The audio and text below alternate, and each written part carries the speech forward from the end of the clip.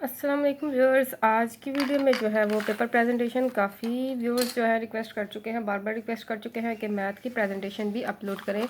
तो आज मैथ की प्रेजेंटेशन मैं अपलोड करूँगी। मैथ की प्रेजेंटेशन भी बहुत ज़रूरी है। ये आप अभी पेपर जब दिखाऊंगी मैं कम्प्लीटली सॉल्व करके, मैंने बहुत मेहनत से इसे सॉल्व किया है सारा, और आपको दिखाऊँगी तो आप भी यकीनन कहे इस बात पर ज़रूर सोचेंगे कि इसकी प्रेजेंटेशन भी बहुत मैटर करती है।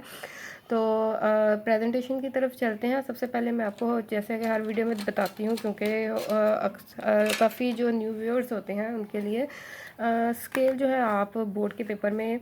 अच्छा, एक बात जो है कि काफ़ी जो है व्यूअर्स जो है वो इस बात पे कंप्लेन करते हैं कि हम इतनी प्रेजेंटेशन करेंगे तो पेपर कैसे अटैम्प्ट करेंगे, और इतनी डिज़ाइनिंग कैसे करेंगे। तो आप डिज़ाइनिंग ना फॉलो करें, आप उसका पैटर्न फॉलो कर सकते हैं। आप अपनी सिंपल राइटिंग में भी इस तरह लिख सकते हैं, और इस बात से आप यकीनन जो है इनकार नहीं कर सकते कि जितना प्यारा और अच्छे तरीके से आपने पेपर अटैम्प्ट किया हो, एग्जामिनर उतना ही रिलैक्स फील करता है चेकिंग करते हुए, और उतना ही खुश होता है। तो आपकी छोटी मोटी माइनर मिस्टेक्स जो है वो उसको इग्नोर भी कर जाता है, ख़ासतौर पर जो सब्जेक्टिव टाइप क्वेश्चन होते हैं, जैसे ऐसे राइटिंग वगैरह हो गया, जिसमें एग्जामिनर ने अपनी मर्ज़ी के मार्क्स देने होते हैं। तो उस वहाँ पे आके जो है वो इस तरह जो बच्चे प्रेजेंटेशन करते हैं वो मार्क्स ले जाते हैं।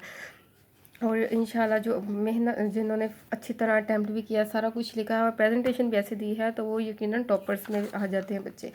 तो पेपर जो है आप शुरू में ये ना सोचें कि हमने डायरेक्ट जब एग्ज़ाम्स में जाना है तब हम ऐसी प्रैक्टिस कर, तब हम ये कर लेंगे, इस तरह चले जाएंगे।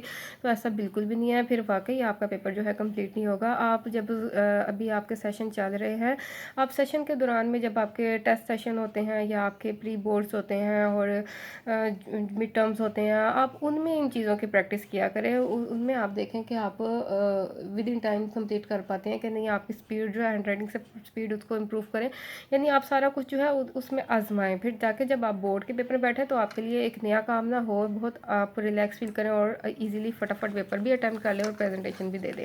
और ये कोई मुश्किल काम नहीं है, जितने भी टॉपर्स और जो अच्छे नंबर लेने वाले बच्चे हैं वो ऐसे ही करते हैं।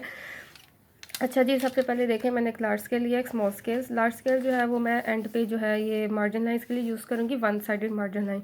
और जो शॉर्ट स्केल है, ये जो हाफ स्केल है, ये जस्ट जो हेडिंग्स को अंडरलाइन करने के लिए मैंने लिया है। वो भी हेडिंग्स वगैरह जब पेपर अटैम्प्ट हो जाएगा तो मैं एंड पे इसको अंडरलाइन कर लेती हूँ एक साथ ही सारी हेडिंग्स को।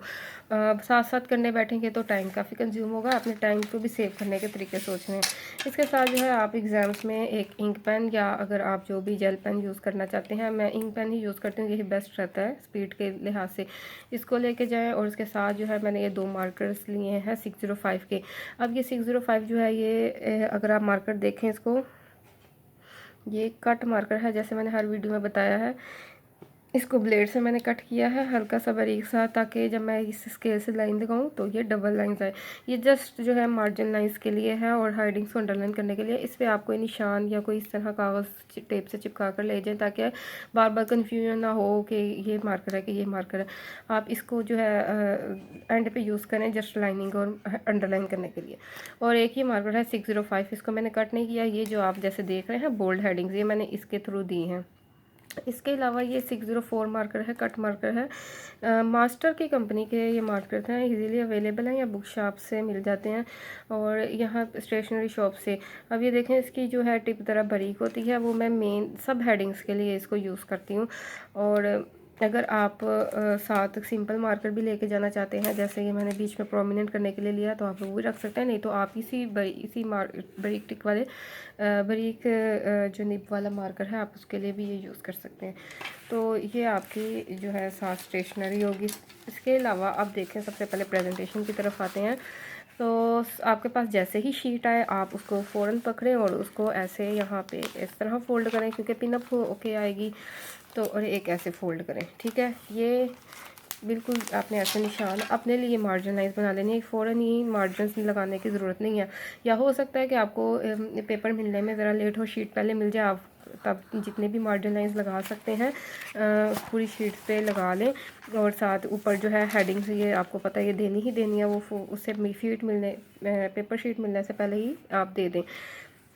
अब ये देखें, सबसे पहले सेक्शन 1 की हेडिंग दें और सब्जेक्टिव टाइप लिखना है तो लिख लें, नहीं तो आप डायरेक्ट शॉर्ट क्वेश्चंस की हेडिंग दें। और क्वेश्चन नंबर 2 यानी मैंने आपको बताया था कि अगर आप लॉन्ग क्वेश्चन पहले अटैम्प्ट करना चाहें तो ज़्यादा बेस्ट है, लेकिन अगर आप शॉर्ट क्वेश्चन करना चाहते हैं तो शॉर्ट क्वेश्चन की तरफ आ जाएँ। क्वेश्चन नंबर 2 की हेडिंग थी और उसका आपने जो पहले पार्ट अटैम्प्ट करना है, क्योंकि 4 क्वेश्चन की चॉइस है, तो आप उस पार्ट की हेडिंग दें। उसके बाद आप जो है वो अब मैं आपको 7 क्वेश्चन भी बताऊँगी। 2018 का लाहौर बोर्ड का पेपर है मैथ का, मैंने इसको सॉल्व किया ताकि आपको समझा सकूं प्रेजेंटेशन कैसे करनी है। सबसे पहले देखिए, क्वेश्चन नंबर 2 में है डिफाइन कंटिन्यूटी, यानी कि एक डेफिनेशन का क्वेश्चन है। तो आप क्या करें, उस टॉपिक की जिसकी डेफिनेशन लिखनी है उसकी हेडिंग दें कट मार्कर से। उसके बाद जो है आप उसकी डेफिनेशन लिखिए। अब ये देखें, इसकी डेफिनेशन जो है मैंने बिल्कुल सेंटर में लिखी है। अगर डेफिनेशन की लेंथ छोटी है तो आप बिल्कुल इसको सेंटर में ही लिखें, और अगर डेफिनेशन ज़रा लेंथी है तो आप ज़रा उसको गैप जो है वो ज़रा कम दें, लेकिन लिखें सेंटर में ही।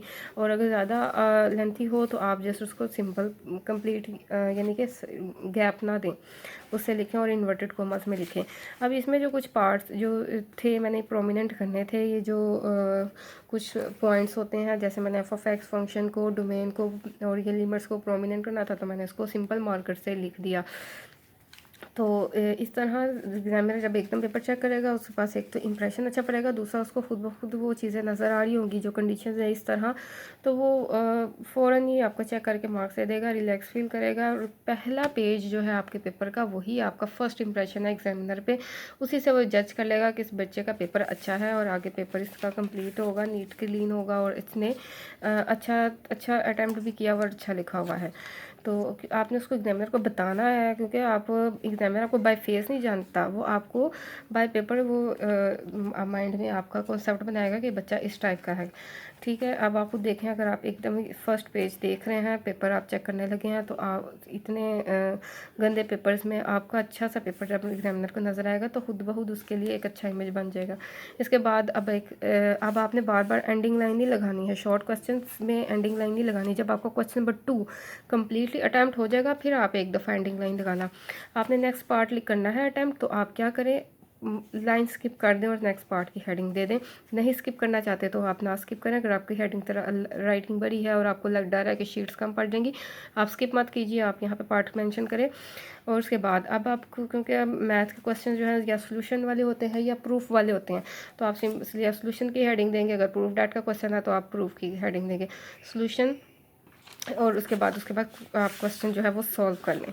ठीक है, एक और चीज़ मैं आपको बताऊंगी, जैसे एक क्वेश्चन है कि फंक्शन में आपको दिया हुआ है और आपने ये चीज़ फाइंड करनी है, तो आप क्या लिखेंगे, आप क्वेश्चन बिल्कुल भी नहीं लिखेंगे, आप लिखेंगे गिवन। जो आपको चीज़ दी होगी आप उसे लिख देना गिवन ये है। और आप हमेशा मैथ के पेपर में मैथ की लैंग्वेज में बात करें, इंग्लिश में लिखने की ज़रूरत नहीं है, सेंटेंस बनाने की ज़रूरत नहीं है, आप मैथ की लैंग्वेज में बोलेंगे, गिवन लिखें। उसके बाद आप उसको सॉल्व करते जाएँ जो उसने आपसे मांगा है। अब ये देखें, एक और चीज़ का ख्याल रखना है। अब ये देखें, प्रेजेंटेशन में आती है लेफ़्ट साइड पे जो आप फाइंड कर रहे हैं उसको लिख लें। उसके बाद बार बार उसको नहीं लिखना, आप उसको छोड़ दें। उसके बाद एंड पे जब आपने क्वेश्चन आपका एंड हो जाए, ये देखें इक्वालिटी का साइन देखें, इक्वल के नीचे इक्वल, इक्वल के नीचे इक्वल है, ये ना हो इक्वल यहाँ पे आ जाए फिर एक यहाँ आ जाए यहाँ आ जाए, वो रफ तरीके से अटैम्प्ट नहीं करना। एक सीक्वेंस चल रही हो कि इसके बाद ये स्टेप, इसके बाद ये स्टेप। अब आपको पता है आपने सॉल्व कर लिया, एंड हो गया, आपने आंसर लिख दिया, तो आप फ़ौरन लेफ़्ट साइड पर जो आप फाइंड कर रहे थे उसको लिख दें। ठीक है, और वो जब बड़ा आंसर हो तो उस तरह मार्कर से डब्बे वगैरह बनाने की ज़रूरत नहीं, उस तरह रफनेस आती है। तो आप जस्ट आंसर लिख के उसको हाईलाइट कर दें कि ये हमारा फाइनल आंसर है। उसके बाद फिर देखें, मैंने इसमें स्पेस नहीं दी, स्किप नहीं की लाइन, फिर भी ये खुला खुला सा लग रहा है, जुड़ा जुड़ा नहीं है, स्पेस भी नहीं दी हुई। तो आप पार्ट मेंशन किया, उसके बाद फिर सोल्यूशन, फिर गिवन जो अगर फंक्शन दिया हुआ है और आपने कुछ फाइंड करना है गिवन, और आपने स्टेप को मेंशन करें। अगर डिफरेंशिएटेड क्वेश्चन था, इसको डिफरेंशिएट करना है, तो आप इसको मेंशन करें कि हम डिफरेंशिएटिंग करने लगे हैं, जो भी रूल है यूजिंग क्वेश्चन रूल। फिर यहाँ पे देखें लेफ़्ट साइड पे आपने उसको डिफ़ाइन किया, उसके बाद आपने इक्वालिटी के साइन लगाते गए, नेक्स्ट स्टेप आते गए। अगर आपकी ये जो लाइंस जो है वो ज़्यादा बड़ी हों तो आप इसे रफ तरीके से ऐसे टेढ़ी मेढ़ी ना लगाएं, स्केल पकड़ लें, पहले ये सारा सॉल्व कर लें, स्केल पकड़ लें, उसके बाद आप जल्दी जल्दी से ये लाइन लगा लें ताकि नीट प्रेजेंटेशन आए।